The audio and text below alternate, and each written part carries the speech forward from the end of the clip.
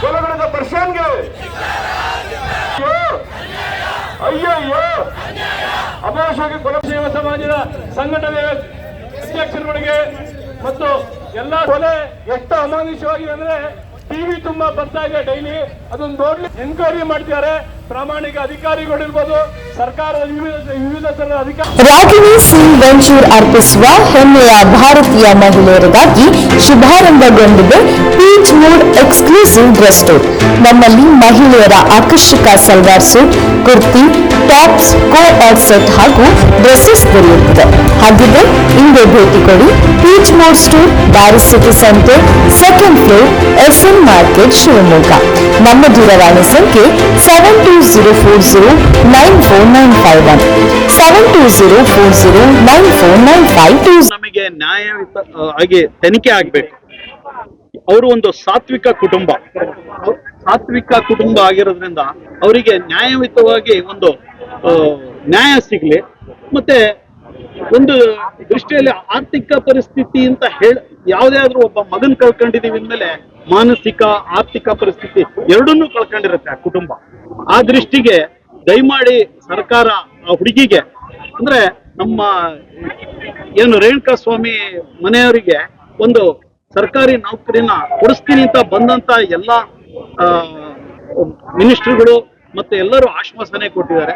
ದಯಮಾಡಿ ಅದನ್ನ ಕೊಡಿಸಿದ್ರೆ ಒಂದು ಸಮಾಜಕ್ಕೆ ಒಂದು ಒಳ್ಳೆ ಮೆಸೇಜ್ ಹೋಗುತ್ತೆ. ಅಂದ್ರೆ ಈ ತರ ಕೆಟ್ಟದಾಗಿ ಹಂತ್ಯ ಮಾಡಿದವರಿಗೆ ಸಹ ಇದೊಂದು ಶಿಕ್ಷೆ ಜೊತೆಗೆ ಅವರಿಗೂ ಸಹ ಒಂದು ಅರಿವಾಗುತ್ತೆ.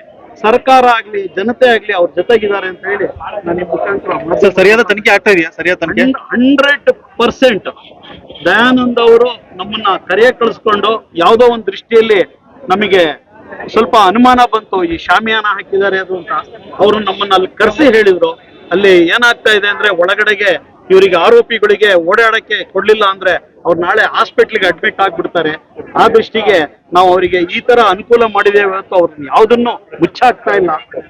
80% ನಾವು ಇದನ್ನ ತನಿಖೆನ ಅತ್ಯಂತ ಯಶಸ್ವಿಯಾಗಿ ಅವ್ರು ಮಾಡಿದ್ದಾರೆ ಅಂತ ಹೇಳಿ ನೀವೆಲ್ಲರೂ ನೋಡ್ತಾ ಇದ್ದೀರಾ. ಮರಳೇಶ್ ಅಂತ ಹೇಳಿ ನನ್ನ ಸ್ವಂತ ತಂಗಿಯ ಮಗ ರೇಣುಕಾ ಸ್ವಾಮಿ ಅಪೋಲೋ ಮೆಡಿಕಲ್ಸ್ ನಲ್ಲಿ ಕೆಲಸ ಮಾಡ್ತಾ ಇದ್ದ.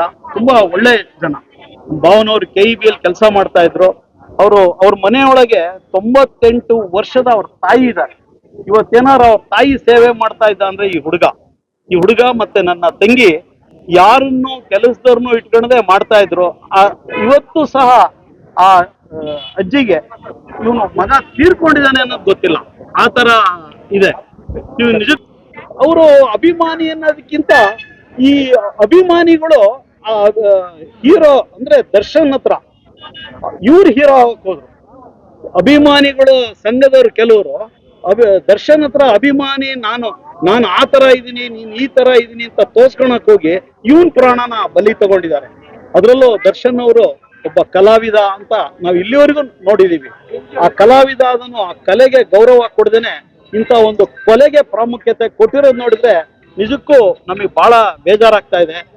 ಮತ್ತೆ ಈ ಫಿಲ್ಮ್ ಚೇಂಬರ್ನವರು ಎಲ್ಲರೂ ಬಂದು ಮನೆಗೆ ಕ್ಷಮೆ ಕೇಳಿದ್ದಾರೆ. ಅವ್ರು ನಿಜಕ್ಕೂ ನಮ್ಮ ಫಿಲ್ಮ್ ಲ್ಯಾಂಡಿಗೆ ಮುಂದೆ ಈ ತರ ಕೆಟ್ಟ ಹೆಸರು ಬರಬಾರ್ದು ಅಂತ ಹೇಳಿ ಕ್ಷಮೆ ಕೇಳಿದ್ದಾರೆ. ಅದನ್ನು ಸಹ ನಿಮ್ಮ ಮಾಧ್ಯಮದ ಮುಖಾಂತರ ಅವರಿಗೆ ನಾನು ಧನ್ಯವಾದಗಳನ್ನ ಅರ್ಪಿಸ್ತೇನೆ. ಧನ್ಯವಾದ.